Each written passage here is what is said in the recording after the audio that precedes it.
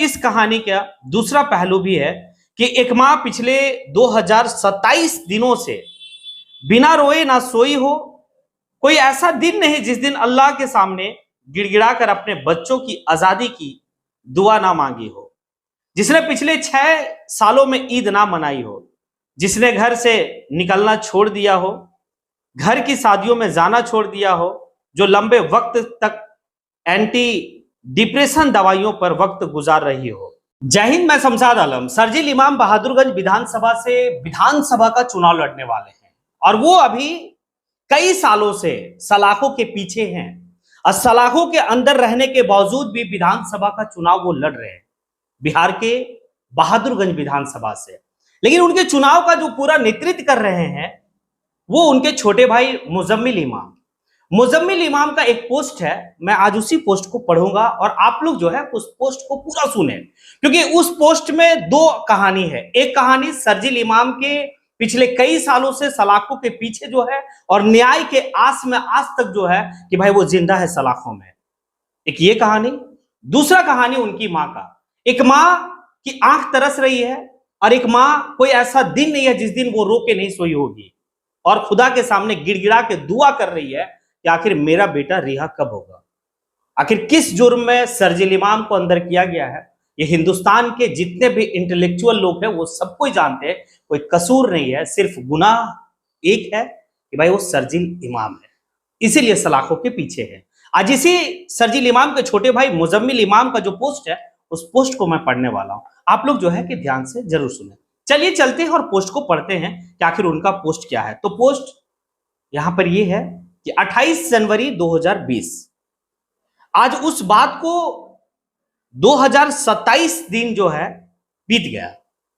इस दौरान क्या से क्या हुआ, कई मौसम आए और गए, कितनों की शादियां हो गई, कितनों को अल्लाह ने बच्चों से नवाजा, कितने लोग 12वीं में थे और वो ग्रेजुएट हो गए, कितनों ने इस दुनिया को अलविदा कह दिए, कितने नए रहनुमा हमदर्द बने तो कितने बिक गए, कितने चुनाव आए और गए, कभी राजद, कभी सपा, कभी जदयू, कभी AIMIM, सबको जिताया और हराया।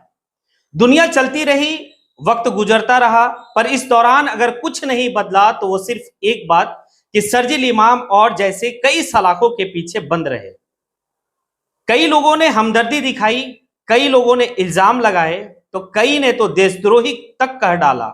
ये सब कहना आसान है, ज्यादा तकल्लुफ नहीं लगता है सोशल मीडिया पर कलम चलाने में, लेकिन क्या कभी इन कैदियों के चश्मों से दुनिया देखी है? वो अंधेरा सा कमरा जिसकी 4 दीवारी में दिन काटना, जहां ढंग से सूरज की रोशनी नहीं आती है, जहां उसी कमरे के एक कोने में एक संडास बना है जिसे आपको इस्तेमाल में लाना है, वहां हर रोज वहां हजारों की कतार में लगकर वो बेस्वाद खाना खाना, तबीयत खराब हो तो कोई दवा और खाना देने तक को नहीं हो, हर हफ्ते कोर्ट की पेशी में जाने से पहले ये उम्मीद लगाना कि आज मेरे हक में अच्छा होगा, वो हर दिन अपने घर वालों से बात करने की चाहत होना, ऐसी कई चीजें हैं जो हम और आप कभी महसूस नहीं कर सकते, ना देख सकते हैं।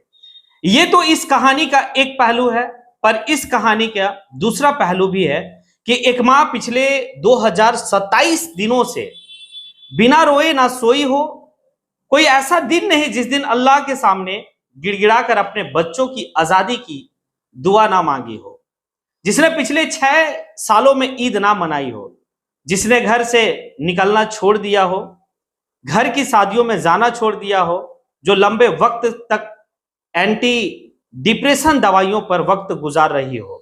खैर, इस सब से क्या है, हमें यह बोलने में कोई वक्त नहीं लगता है कि शर्जील इमाम एक बेवकूफ इंसान है। वे बहके हुए हैं, वे बीजेपी के फायदा पहुंचाने के लिए चुनाव लड़ रहे हैं, वो सेकुलर पार्टियों के बहकावे में चुनाव लड़ रहे हैं, वे डरपोक है, वे उम्मत को बरगला रहे हैं, वगैरह वगैरह। बस एक बात हम जो कर रहे हैं वो हम जानते हैं और हमें पूरा ईमान है कि इस बात पर अल्लाह हमारे साथ इंसाफ जरूर करेगा। ना आपसे, ना ही दुनिया की किसी ताकत से कोई उम्मीद है, ना ही किसी से डर। जो साथ है उनका भी और जो नहीं है उनका भी तहे दिल से शुक्रिया। अल्लाह सबको हिदायत दे। ये दो कहानी जो उनके छोटे भाई मुजम्मिल इमाम का जो है कि भाई पोस्ट था, इस पोस्ट को पढ़ने के बाद यह समझ में आता है कि एक भाई आखिर किस तरीके से और कितना बड़ा जो है कि भाई दिल पे पत्थर रख के इस पोस्ट को जारी किया। और एक बात समझने वाला है, जब आज जो है कि शर्जील इमाम बिहार के बहादुरगंज विधानसभा से चुनाव लड़ने का ऐलान कर दिए हैं, तो कई तरह के जो है कि भाई सेकुलर लोग जो है कि किस तरीके से किस क्या क्या कह रहे हैं, ये बात जो है कि भाई किसी से नहीं छिपा हुआ। आखिर शर्जील इमाम आज सलाखों के पीछे पिछले 6.5 साल से है, तो उसका कोई अपना जो है कि लड़ाई नहीं था। ये मुसलमानों की लड़ाई, जो शाहीन बाग की लड़ाई थी, उसी लड़ाई का वो शिकार हुआ।